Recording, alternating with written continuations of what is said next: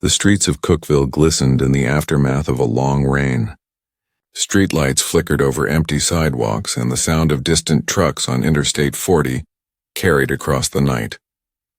It was September 14, 2011, when 19-year-old Emily Grace Walker, a Tennessee Tech freshman, stepped out of a small diner on Jefferson Avenue after her evening shift. She never made it home.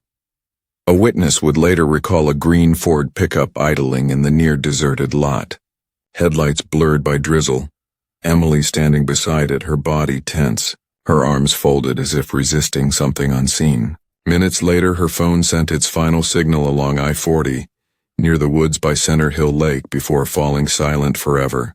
Her car remained parked at the diner, her bed untouched at home, and from that moment, an ordinary college town was plunged into one of Tennessee's most haunting mysteries. What happened to Emily in those last minutes between the diner and the highway? And how did the man in the green pickup manage to hide among the very people who searched for her, even joining their efforts without being unmasked for nearly a decade? If you want to uncover the answers with us, like this video, subscribe to Unscripted Tales, and turn on the bell icon so you never miss the next episode. Tell us in the comments from which city you are watching this cold case story, and let us reach 5,000 likes to unlock the full journey ahead. Cookeville, Tennessee. The night rain still lingered, dripping from rooftops and pooling in cracks along Jefferson Avenue. Inside the diner, the clock ticked past 10:45 as Emily folded her apron into her backpack and stepped into the mist. Outside, the parking lot lay in silence, broken only by the hiss of wet tires and the steady hum of the interstate. It was here, in this unremarkable corner of a small town, that a mystery began, which would hold an entire community captive for years. The clock inside the Jefferson Avenue diner marked 10:45 when Emily untied her stained apron, folded it neatly, and placed it in her worn canvas backpack. She gave a faint smile to her co-workers, then pushed through the diner door into the damp September air. The drizzle had slowed, but the night still carried the smell of rain, and the glow of tired yellow streetlights reflected on the slick asphalt like shifting mirrors. Emily pulled her thin jacket tighter as she walked toward the rear lot. The place felt almost abandoned. Only a handful of cars remained scattered in the darkness, their windows streaked with rain. Above it all, a single buzzing lamp cast a pale circle of light that fell across her small figure. In that light she stood out, a lone girl against a backdrop of shadows. It was here that a witness later said he noticed her near an older green Ford pickup. The truck's headlights cut through the mist, the body coated with dried mud. From the driver's side window, a man leaned out, speaking to her in words the witness could not hear. What struck him most was her body language. Emily's arms were folded tightly across her chest, her posture stiff, her face unsettled, as though she was caught between leaving and staying. Around them, the night was heavy with sound. The low rumble of 18-wheelers echoed along Interstate 40, a hollow thunder rolling from the distance. The wind pressed through the narrow corridor behind the diner, carrying the smell of wet asphalt and damp leaves. Every small sound felt louder, sharper, against the emptiness of the lot. At 11:15, not long after she was last seen, Emily's phone sent its final signal before going silent. That ping came from a tower along the highway. After that, no call went through, no text reached anyone, and no one heard her voice again. The empty parking lot, the silent phone, the uneasy glance at the truck's driver. These final moments marked the last time anyone in Cookeville would ever see Emily alive. And as the clock moved past midnight, a mother would wake in a small house nearby, already sensing that something was wrong. The morning of September 15th began with a heavy stillness in a small house on Maple Street. Linda Walker woke early, expecting to find a message from her daughter, as she always did after a late shift. Emily never failed to text that she was home safe, but her phone was silent. Linda stepped into Emily's room and her heart sank. The bed was untouched, the blanket still neat and smooth as if no one had been there at all. She tried calling her daughter's phone again and again, but each time the ringing faded into voicemail. The quiet of the room felt unbearable. On the desk, Emily's laptop glowed in sleep mode. Her wallet and passport were laid neatly on the table, her credit card still inside. In the closet, her clothes were in place, no sign of packing or leaving on her own. Linda's worry hardened into dread. At 7 o'clock, she picked up the landline and dialed the Putnam County Sheriff's Office. Her voice was heavy as she said her daughter had not come home, and that it was completely unlike her. Deputy Robert Hayes was the first to respond. By 7:30, he was at the Walker home, listening carefully as Linda repeated every detail of the night before. He stepped quietly into Emily's room, taking notes, scanning the tidy desk and the personal belongings left behind. Everything told him this was not a runaway. It felt deliberate, sudden, and wrong. Hayes drove to the Jefferson Avenue diner. Emily's silver Honda Civic was still parked in its usual spot, locked and untouched, waiting for an owner who had never returned. The discovery deepened the unease. Without her car, without her belongings, where had she gone?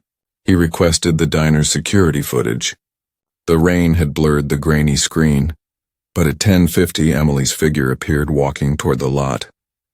In the next frame, headlights from a green pickup cut through the drizzle. Then both figures were swallowed by the night. No return, no trace. Hayes stood in silence, his jaw set. He knew this was no simple disappearance. He radioed in immediately, marking it as a potential abduction. A radius search was ordered around the diner and along the interstate. Time was now the enemy, and every hour mattered. As the first official lines of the case report were written, the words carried a weight that would hang over Cookeville for years. Missing person. Possible abduction. Emily Grace Walker. And while deputies prepared to fan out across town, the quiet campus of Tennessee Tech would soon feel the ripple of a story that would not let go. By the second morning after Emily's disappearance, the calm rhythm of Cookeville was gone. Word spread quickly across Tennessee Tech's campus, and students who once passed each other with casual greetings now gathered in groups, their faces filled with worry. They began printing thousands of flyers bearing Emily's photo, her gentle smile above the bold word missing. By noon, those papers covered every corner of town. Dormitory doors, church bulletin boards, coffee shop windows, and even bar counters were plastered with her image. Wherever you looked, her face followed, reminding everyone that she was one of their own. At the same time, law enforcement pushed harder. A K-9 unit arrived from a nearby county, handlers guiding German shepherds and bloodhounds across the wet ground of the diner lot. The dogs sniffed Emily's jacket and pulled hard on their leads, tracing invisible paths across bushes and back corridors. Officers spread in careful lines, parting grass, checking ditches, searching every inch within the perimeter. Radios buzzed constantly with updates. The quiet town streets were now filled with flashing patrol lights, restless movement, and voices calling her name. Through the noise came a voice that sharpened the investigation. A local taxi driver named Harold Dixon stepped forward with a memory that troubled him. Around 11 o'clock on the night Emily vanished, he had been driving a fare toward the outskirts of town when a green Ford pickup sped past him on the slick road, heading toward Center Hill Lake. The truck swerved dangerously across lanes, reckless in the rain, and then disappeared into the dark. At the time, it was only a passing moment. Now, tied to Emily's last phone ping, it became a chilling thread that matched the fear growing inside the investigation. As the day bled into night, students, deputies, and townspeople refused to rest. Volunteers carried flashlights and walked shoulder to shoulder, combing fields and wooded patches. Their voices echoed across the trees, calling Emily's name, fading only into silence. Near midnight, a group of officers searching along a dirt road by the forest edge made a discovery. In the soft soil, barely visible beneath the wash of rain, were faint tire tracks. They veered off the main road, curved into the brush, and then looped back again. The prints were fragile, blurred by weather, but they were real. Photographs were taken, markers placed, the scene sealed off. For the first time, a physical sign tied the story of Emily to the road that led toward the lake. It was enough to ignite hope, but it also filled the air with a deeper dread. And while volunteers slumped in exhaustion beneath the glow of patrol lights, the question lingered. Were those tracks a trace of Emily's path or the trail of a predator who had already vanished into the night? By the following day, investigators gathered around a grainy screen inside the sheriff's office. The rain from that night had blurred the traffic cameras, but at 11:20, a faint shape appeared. A green pickup truck sped through an intersection a few miles from Interstate 40, its headlights glaring white against the drizzle. The license plate was unreadable, lost in streaks of water and motion blur. The image was nothing more than a shadow, a fragile clue that felt as if it could vanish at any moment. Just as frustration built inside the team, another detail surfaced that added weight but also confusion. Emily's former boyfriend, Daniel Brooks, walked into the station with his phone in hand. He showed investigators a message Emily had sent him a week before she vanished. "If something happens, do not trust anyone." The words froze the room. It was short, vague, and unsettling. Had Emily sensed something? Had she felt watched? Or was it a warning that no one had taken seriously until it was too late? For Deputy Hayes, the puzzle pieces were there, but they refused to fit. A pickup on a rainy screen, a text that hinted at fear, faint tire tracks near the lake, and a taxi driver's memory of a speeding truck. Each clue pointed in a direction, but none of them provided answers strong enough to hold. Hayes worried that they were chasing ghosts in a maze that grew more complex with each turn. Meanwhile, the community that had rallied so fiercely began to feel cracks of doubt. Local papers printed bold headlines demanding progress. Radio shows repeated Emily's name every hour, stirring endless theories. At coffee shops near Tennessee Tech, students argued about what might have happened. Some believed she had been taken by a stranger. Others whispered that someone close to her was involved. Rumors spread faster than facts, clouding truth and feeding tension. For the sheriff's office, every unanswered question felt like pressure pressing down harder. They were expected to solve what looked like a puzzle made of smoke and rain. And with every day that passed without answers, Cookeville began to wonder if the mystery of Emily Walker was slipping beyond anyone's grasp. As doubt settled over the town, the investigators prepared to push further, turning to every resource they had, even if it meant scouring the waters of Center Hill Lake. With pressure mounting and leads beginning to collapse, the search for Emily surged into a larger operation. State police helicopters circled above Cookeville, their infrared cameras scanning rooftops, open fields, and forest edges for any trace of movement in the darkness. Along Center Hill Lake, boats deployed sonar, sweeping the depths in search of anything unusual beneath the surface. Divers in black suits and heavy gear slipped into the cold water, their flashlights cutting through the murk as they searched for signs of a vehicle or discarded evidence. On the ground, volunteers from across the county poured in to help. Students, neighbors, and even strangers from nearby towns formed search parties. They walked shoulder to shoulder across grasslands, poked through ditches, and called Emily's name into the woods. The scene was both hopeful and desperate. Dozens of flashlights cut through the trees, radios buzzed with updates, and the community held on to the belief that something would break the silence. By afternoon, a group of volunteers searching along a roadside 7 miles from the diner made a discovery that stopped them cold. Beneath tangled brush lay a mud-stained red jacket.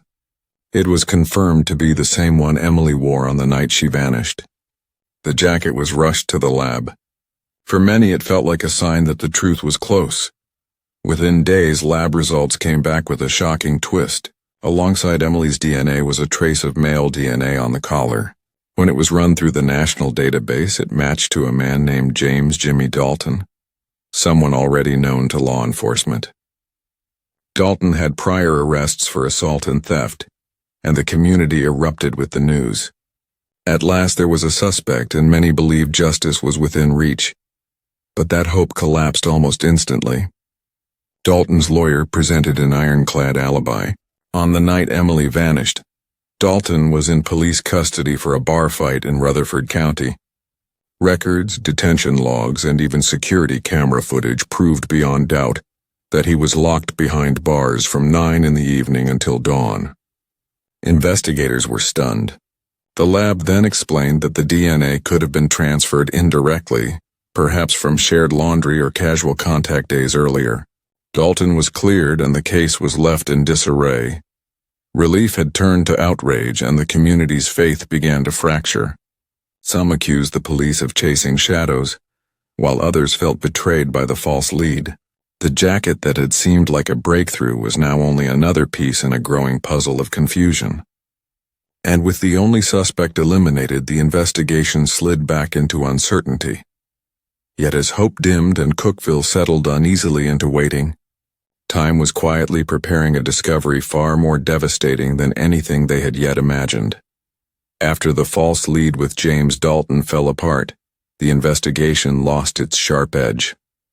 The searchlights around Cookeville grew brighter. The press conferences continued for a time, but real hope slowly began to fade. Weeks turned into months, and every promising thread dissolved into silence.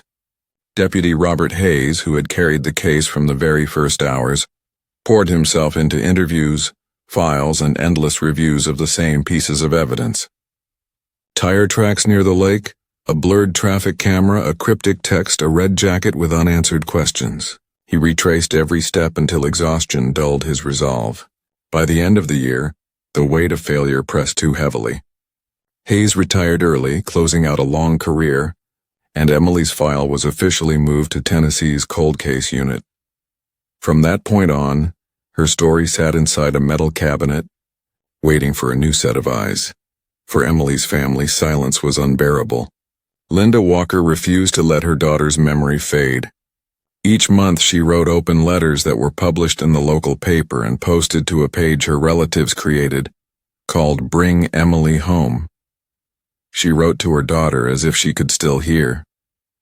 She shared small details, like the apple tree blooming again in the yard, or the family cat still curling on her bed. She always ended with a plea, asking anyone who knew something not to remain silent.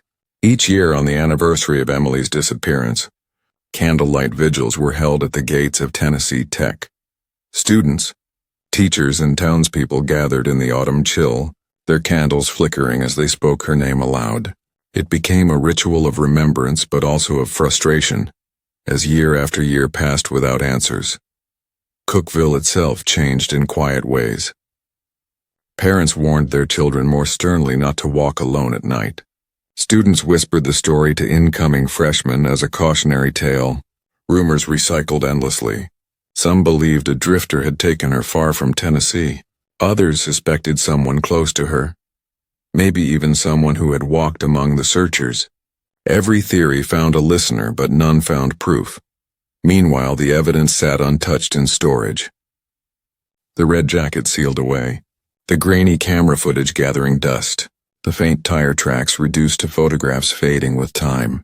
For the community, the case became less of a headline and more of a shadow that hovered over daily life. For the Walker family, it remained a wound that never closed. And as years slipped quietly into nearly a decade, no one in Cookeville could imagine that deep in the forest by Center Hill Lake, time was still keeping its own record, waiting to reveal a truth that would break the silence at last. Nearly 9 years had passed since the rain-soaked night when Emily Grace Walker vanished. By March of 2020, Cookeville had grown used to whispers instead of answers. Then on a cool spring morning, the silence shattered. 3 local hunters were walking deep in the forest near Center Hill Lake, about 10 miles from the parking lot where Emily was last seen.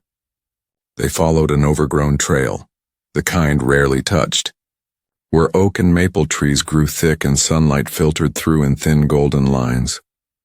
One of them noticed something pale beneath a layer of leaves and decayed soil.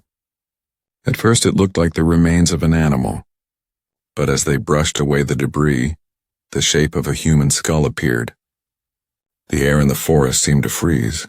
Scattered nearby were bone fragments, spread across the ground by years of weather and time. The hunters stepped back in shock, their voices hushed as they quickly called the Putnam County Sheriff's Office. Within an hour, the forest was sealed with yellow tape. Investigators moved cautiously among the trees, marking evidence with wooden stakes, photographing every angle.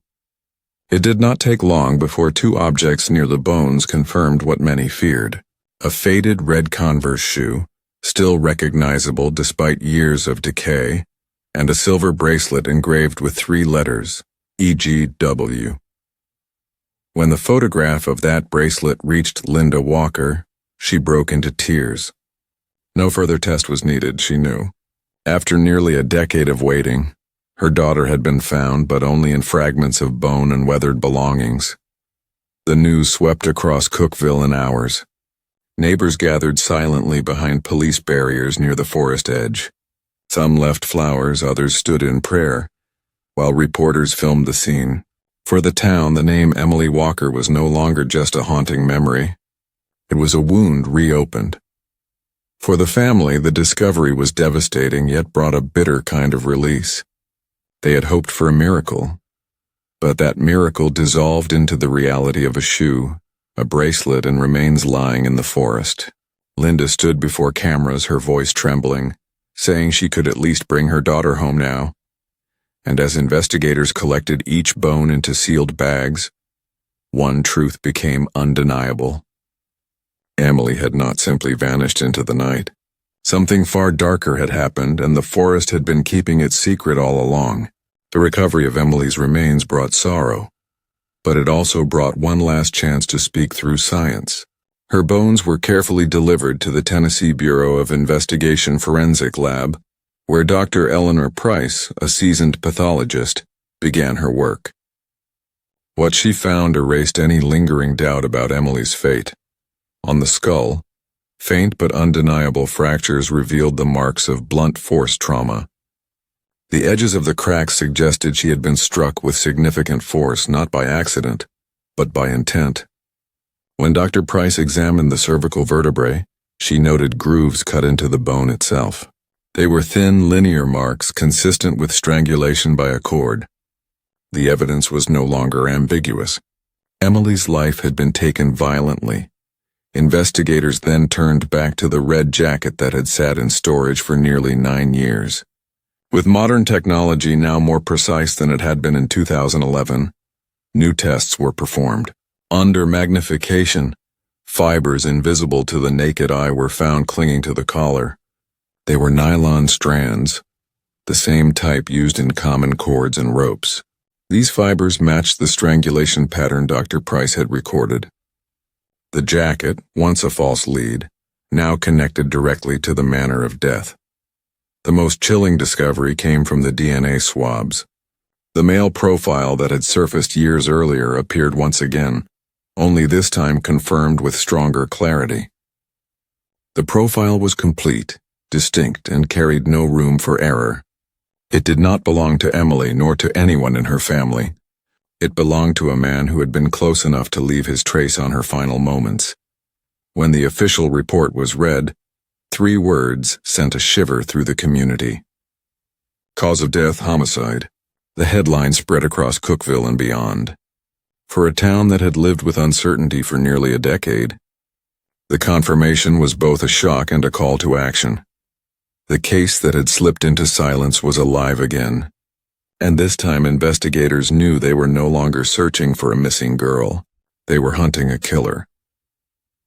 With the forensic confirmation of homicide, the cold case file of Emily Walker was pulled from storage and placed on the desk of Detective Laura Mitchell. She was part of a new generation of investigators who relied not only on persistence, but on technology that had not existed a decade earlier. In early 2021, she requested Emily's old phone carrier records, data that had once been too imprecise to offer much hope. This time she sent it to the FBI's Cellular Analysis Survey Team, known as CAST, specialists trained to map the silent journey of cell signals. The CAST team began reconstructing Emily's final movements. Each ping, each tower handoff was plotted onto a map with painstaking detail. What emerged was a path that told a story the town had only guessed at. At 10:50, her phone connected near the Jefferson Avenue diner. From there it moved south out of Cookeville's center, before joining Interstate 40. The signals then curved toward the dense forests near Center Hill Lake, where the final ping was captured at 11:15 before falling silent forever. That digital trail aligned exactly with what the taxi driver, Harold Dixon, had reported years earlier when he described a green pickup speeding in that very direction. The blurred traffic camera image, the witness sighting in the parking lot, and now the cast mapping all pointed to the same chilling conclusion. Emily had been inside that truck, and whoever was behind the wheel had taken her straight toward the place where her remains would one day be found. For Detective Mitchell, the reconstructed route was not just evidence. It was confirmation that the story of Emily's disappearance had always been rooted in truth. She had left the diner alive. She had entered the pickup, and she had been driven into the night on a road that ended in silence. The cast mapping did not identify the driver, but it narrowed the shadows around him. And as investigators studied the digital footprints, they began preparing to use another powerful tool that would push them closer to his name. The cast mapping gave investigators the direction of Emily's final journey, but it was the DNA that carried the promise of a name. The unidentified male profile, preserved from the red jacket, was sent to specialists trained in forensic genetic genealogy. This was a method still in its infancy back in 2011, but now it had solved some of the nation's most impossible cold cases. The profile was uploaded into public databases like GED Match and Family Tree DNA, where volunteers had shared their own genetic data for research and connection. Weeks passed as genealogists built a digital tree from fragments of shared DNA. At first the match was distant, no closer than a third cousin, about 3% shared genetic material, but it was enough to begin. The branches grew outward through marriage records, census documents, and decades-old obituaries. Names stacked onto charts stretching across multiple counties in Tennessee. Slowly, through elimination and narrowing, the family tree bent back toward Cookeville. When the web of relatives was complete, it pointed to one branch that stood out. The name at the center was David Ross, a carpenter who had lived in Cookeville for most of his life. He was in his early 40s, quiet, and known for doing odd jobs across town. Nothing in his public record tied him to violence, yet his position in the tree was undeniable. Out of hundreds of possible relatives, the DNA consistently pointed back to him. For investigators, the moment was chilling. The search that had stretched across the entire state had circled back to their own town. David Ross was not a stranger from far away. He was a man who had walked the same streets, visited the same shops, and blended in so well that no one had ever looked twice. And while his name was now circled on the caseboard, the challenge remained. DNA pointed in his direction, but proof was still out of reach. To move forward, investigators needed something stronger than family trees and probabilities. They needed his DNA directly to tie him without question to the evidence sealed away for nearly a decade. Once David Ross's name emerged from the genetic trail, investigators began digging into his past. The first discovery struck like lightning. In 2011, Ross had owned a 1998 green Ford pickup, the very model that witnesses described in the diner parking lot on the night Emily vanished. The truck was no longer in his possession, sold years later, but records confirmed he had driven it during that time. That single detail aligned with the blurred traffic frame, the taxi driver's statement, and the faint tire tracks near the lake. As detectives pressed further, more unsettling pieces surfaced. Ross had been a regular at the Jefferson Avenue diner. Waitresses remembered him sitting alone, often lingering longer than most customers. Several recalled how his gaze would follow young servers as they worked. Some admitted that Emily had once mentioned he made her uneasy, though she never described a specific encounter. The memories painted him not as a stranger who passed through, but as someone who had been near her world all along. Old photographs from the early search efforts, revealed something even more disturbing. In images captured by local newspapers, Ross could be seen standing among volunteers combing the banks of Center Hill Lake. He was in the background, wearing a cap, blending with the crowd. At the time, no one noticed. He had joined the very search party looking for the girl whose remains were later found in those same woods. The picture forming was chilling. David Ross had never been an outsider. He was not a distant suspect or a drifter who vanished after the crime. He was a familiar face who lived quietly among the people of Cookeville. A man who helped build homes and repair fences, who passed unnoticed in hardware stores and grocery aisles. All the while, the shadow of suspicion lingered only a step behind him. Yet everything investigators had gathered remained circumstantial. The truck, the diner visits, the search photos, the uneasy recollections of waitresses. None of it could place Ross at the scene with certainty. None of it could prove he had taken Emily's life. For the case to move forward, detectives needed a direct link, something undeniable that tied his hand to the evidence left behind. And so their eyes turned toward a single goal. They had to find his DNA, and they had to do it without him ever realizing he was already under watch. With David Ross now the prime suspect, investigators knew they had to move carefully. One mistake could send him running, or worse, destroy the very evidence that might tie him to Emily's murder. Detective Laura Mitchell organized a covert surveillance team, 4 officers working in shifts to keep Ross under constant watch. A plain white van fitted with hidden cameras was parked on his street, lenses angled toward his driveway and trash bins. Every movement he made was logged, every routine studied. Ross lived like any ordinary man in Cookeville. Mornings began at the same coffee shop where he read the paper. Afternoons were spent at carpentry jobs, evenings passed in front of his television. He blended so seamlessly into small-town life that to an outsider he looked harmless. But Mitchell reminded her team that appearances had hidden him for nearly 10 years. The breakthrough came through a strategy allowed by Tennessee law.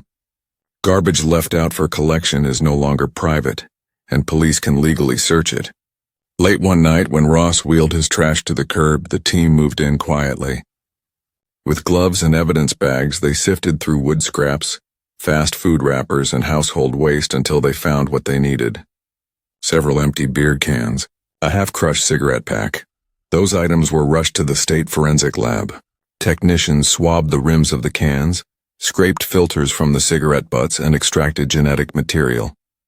The results came back with a force that shook the entire investigation. The DNA was a perfect match to the male profile found on Emily's red jacket, and the nylon cord discovered near her remains. A match so strong it carried a confidence of 99.999%. Mitchell held the report in her hands, the paper heavy with the weight of nearly a decade's unanswered questions. The man who had stood in the search party, the man who once drove a green Ford pickup, was no longer a shadow of suspicion. Science had spoken, and it had placed David Ross at the heart of Emily's case. The time for watching and waiting was over. The evidence was undeniable, and Mitchell prepared the paperwork for the step that would shatter Cookeville's fragile calm. An arrest warrant was now within reach.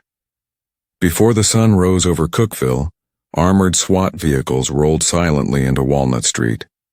The quiet neighborhood had no warning until red and blue lights shattered the dawn. A booming voice echoed through loudspeakers calling David Ross to come out with his hands raised. Inside his small wooden home, Ross stood frozen, staring through the blinds at the armed officers surrounding him. Within minutes he stepped out in pajamas, trembling hands lifted high, as handcuffs snapped tightly around his wrists. Neighbors stood in shock, gathering behind barricades. Some whispered in disbelief, unable to reconcile the man they had known for years with the accusations now breaking over him. An elderly woman clutched her chest, remembering how Ross once repaired her roof. A former Tennessee Tech student shook his head, recalling Ross handing out missing flyers during those desperate early days of the search. For many, shock quickly hardened into rage. The man who once walked among them as a volunteer had been hiding in plain sight, living freely while Emily's family suffered in silence. By mid-morning, news crews crowded outside the sheriff's office. Cameras flashed as Detective Laura Mitchell stood before microphones at a packed press conference. Her voice was steady but heavy with emotion, as she confirmed what the community had long feared. Emily Grace Walker had been murdered, and David Ross was under arrest for her abduction and death. The announcement rippled through Cookeville like an earthquake. Every diner booth, every church gathering, every classroom at Tennessee Tech buzzed with the same question.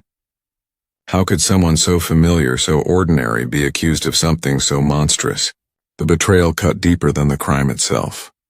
Ross had not only taken Emily, but he had also deceived an entire community, hiding behind the image of a helpful neighbor. That day, Cookeville's fragile trust was torn apart. The town that had once prayed together and searched shoulder to shoulder now faced the horror that the killer had been standing beside them all along. Yet even with the arrest, a crucial question remained. Would the evidence be strong enough to hold up inside a courtroom, or would the silence Ross carried become his shield? Inside the stark interrogation room, David Ross sat hunched over the table, his arms crossed tightly as the fluorescent light cast long shadows on the walls. Detective Laura Mitchell placed a thick file in front of him and calmly asked him to explain the night of September 14th, 2011. Ross sighed and muttered that he had simply offered Emily a ride toward campus after her shift. He insisted he had done nothing more. Mitchell pressed harder, pointing to the evidence that Emily's phone had traveled south out of town along I-40, the same direction as Center Hill Lake.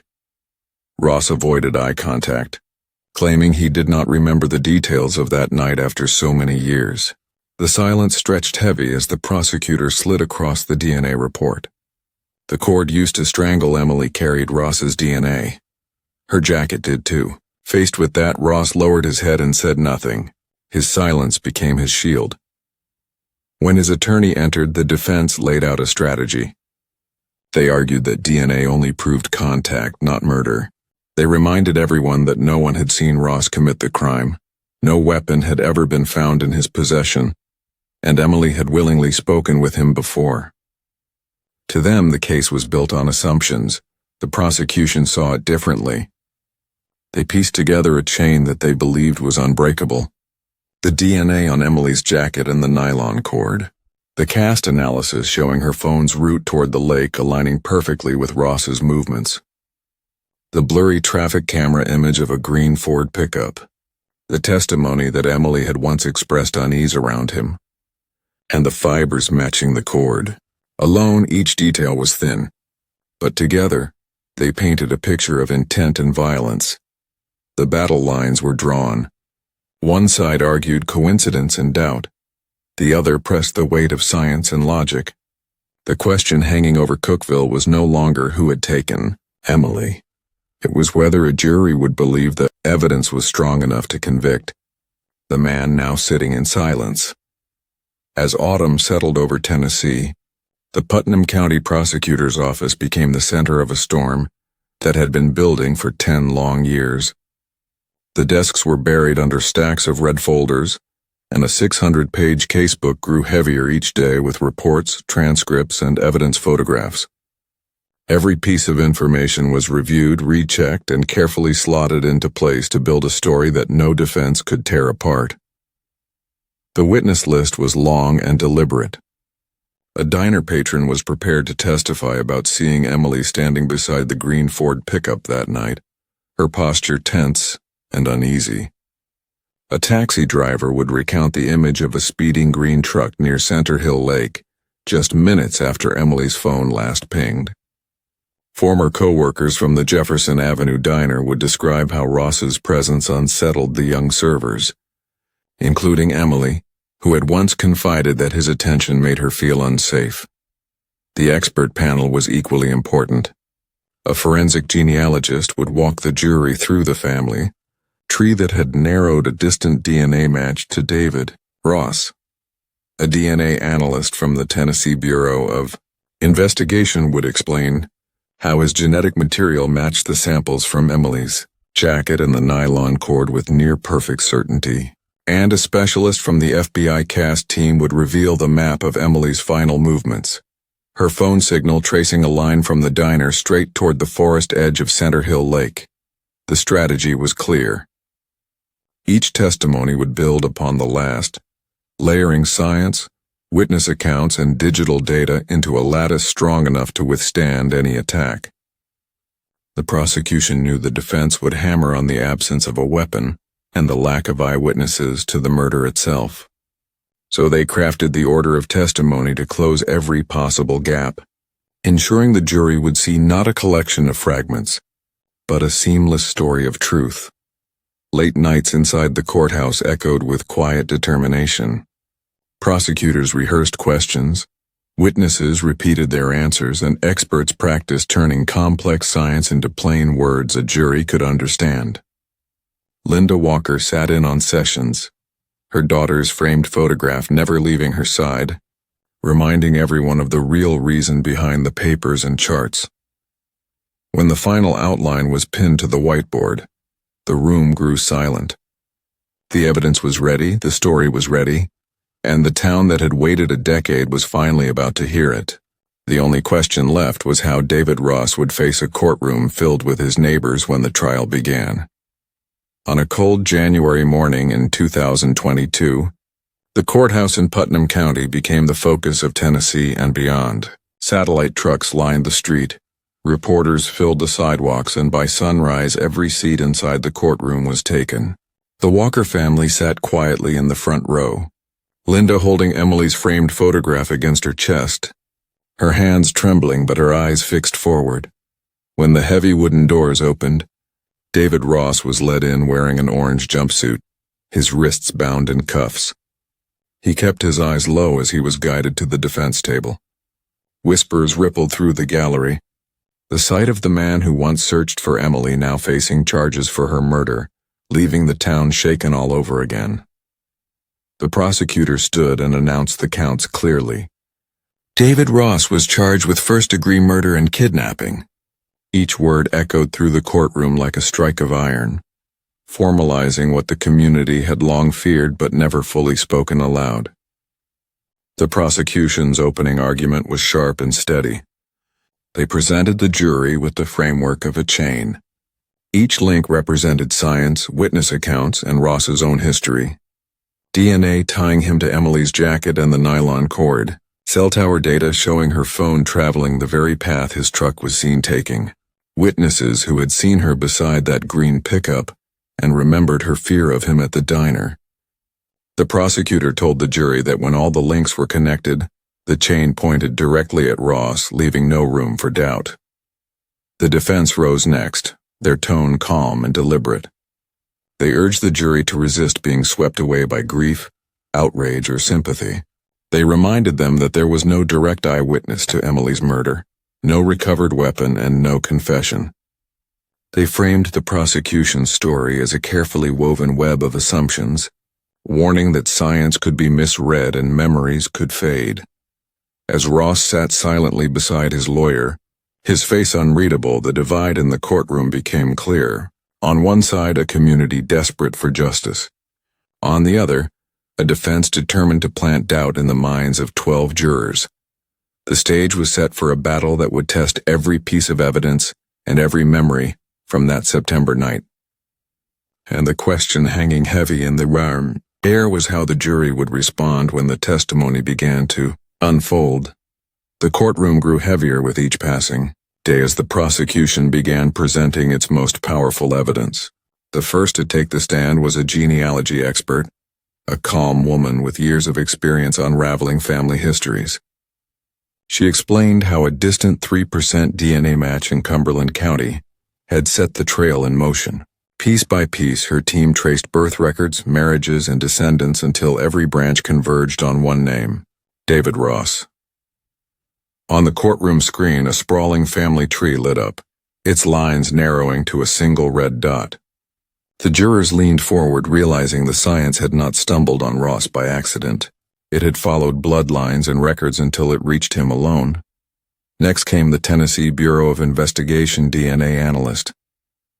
He described the late-night collection of Ross's discarded beer cans and cigarette butts, and how his lab compared those samples to the evidence from Emily's red jacket and the nylon cord near her remains. His words were clinical but devastating. The match was complete, with a probability of 1 in a billion that it belonged to anyone else. When the defense pressed him about possible contamination after nearly a decade in storage, he answered calmly that strict controls had been applied and the match still held. His confidence filled the courtroom like stone walls around the truth. Then the FBI cast specialist stepped forward, armed with maps and data. The lights dimmed as a red line appeared on the screen, tracing the final journey of Emily's phone. From the Jefferson Avenue diner, south out of Cookeville, then onto I-40, ending at the forest edge near Center Hill Lake. The line did not waver. It moved with precision. And then came the detail that tightened every throat in the room. At 11:05 that night, a ping showed the phone passing through the Walnut Street neighborhood, just yards from David Ross's own home. Civilian witnesses added the human weight behind the data. A diner patron testified to seeing Emily by the green pickup that night, her stance tense and uncomfortable. A former coworker recalled how Emily had confided her unease about Ross, describing his lingering stares and unwelcome comments. And a man who once joined the search party admitted that Ross had insisted on steering their group away from the lake, leading them in circles as precious hours slipped away. One after another, the voices and the science aligned, each building upon the last. The story was no longer fragments scattered across years. It was now a coherent path pointing straight toward Ross. As the prosecution rested for the day, the silence in the courtroom was heavy. Everyone knew the defense would soon strike back, but the weight of the evidence already felt impossible to move. The final day of arguments arrived with the air inside the courtroom thick as a storm waiting to break.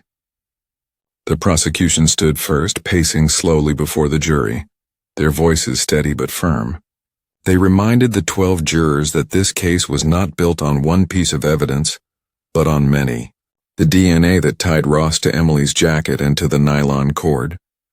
The cell tower data charting her last journey toward Center Hill Lake. The witness who saw her beside the green pickup. The coworker who spoke of her fear. The genealogy trail that narrowed through generations to his name alone. Each piece formed a chain, and the prosecutor told the jury that chains do not break when every link is forged in truth. There were no meaningful gaps left. All pointed to one man, David Ross. Then came the defense, sharp and deliberate. They told the jury that what the prosecution offered was not certainty but story. They argued that DNA proved only contact, not murder. That Emily could have touched Ross's truck or clothing long before. They reminded the jury that memories fade after 10 years, that witnesses could be influenced by years of news and rumors. They leaned heavily on what was missing. No weapon ever recovered, no direct eyewitness to the act itself, no confession from Ross. The defense pressed the jurors to remember that the law demanded proof beyond reasonable doubt, and they insisted that doubt was exactly what remained. The judge sat watching carefully, his gavel ready as tension spiked. More than once he silenced interruptions when the lawyers pressed too hard against each other.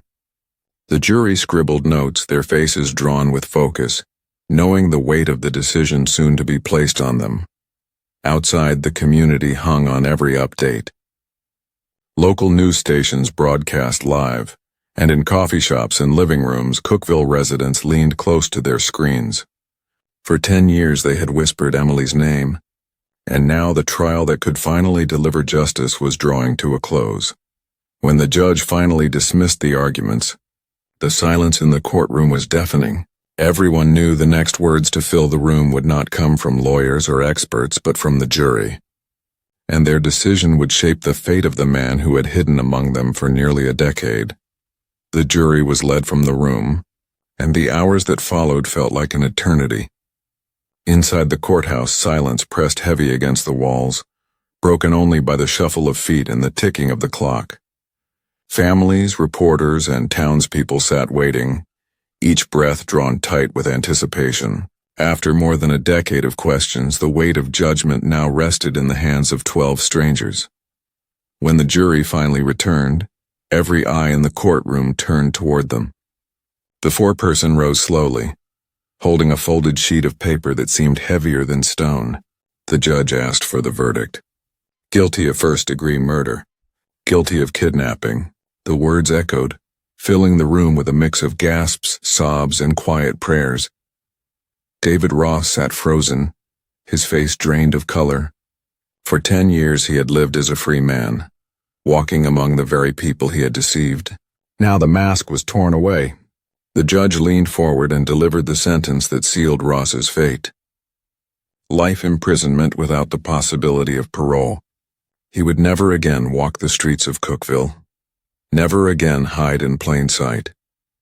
The Walker family clung to one another, tears flowing as relief and grief collided in the same moment. Linda Walker whispered her daughter's name through trembling lips, her pain softened only by the knowledge that justice had finally been spoken aloud.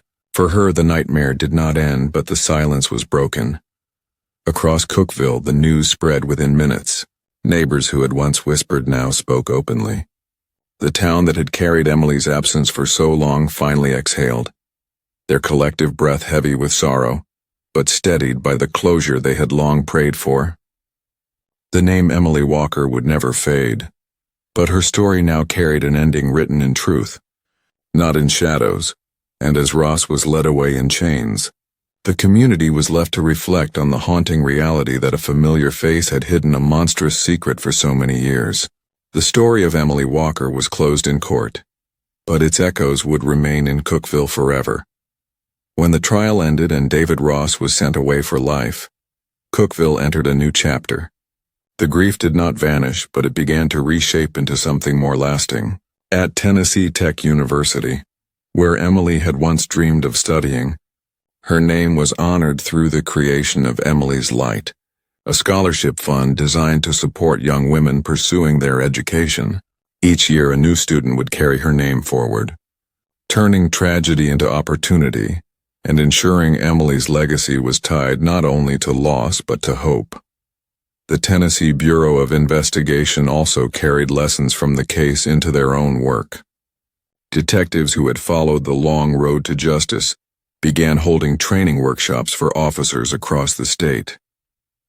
They spoke about how forensic genealogy could breathe life into forgotten cases, how caste mapping could redraw the final steps of a victim, and how even old evidence like Emily's jacket could yield new truths when tested again. What had once been a desperate search now became a model for solving other mysteries. In the heart of Cookeville, the community chose remembrance over silence.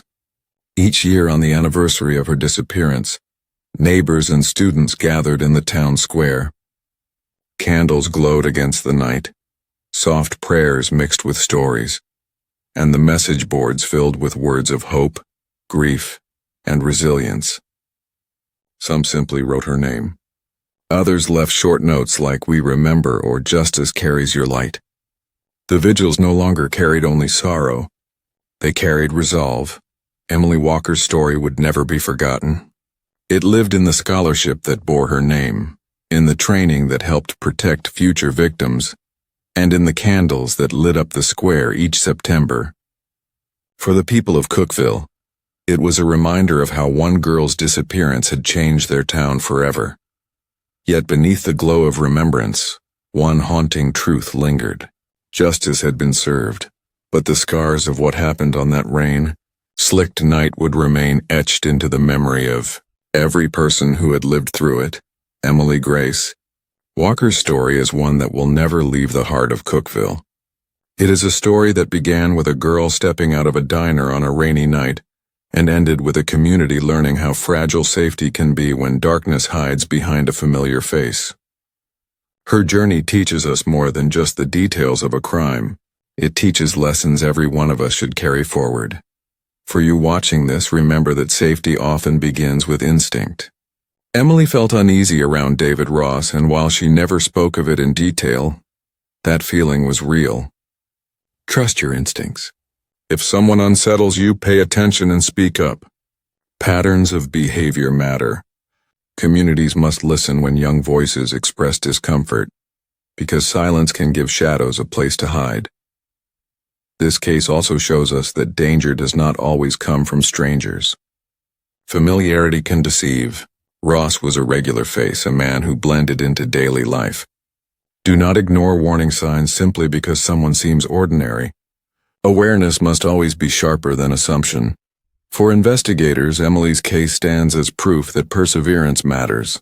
The search went cold, years passed, and hope dimmed. Yet science became the bridge that spanned time. Genetic genealogy, caste mapping, and retesting old evidence gave her a voice again when she no longer had one. That perseverance turned a mystery into justice. And now, for you who have followed this story to the end, I want to say this clearly. If you are still watching, it means this story deserves your like and your subscribe. Support Unscripted Tales and make sure you turn on the bell icon so you never miss when we bring forward the truth of another cold case. My mother set a target of 5,000 likes on this story, and I'm asking you to help me reach it. It costs nothing, but it means everything. Tell me also from which city you are watching this story.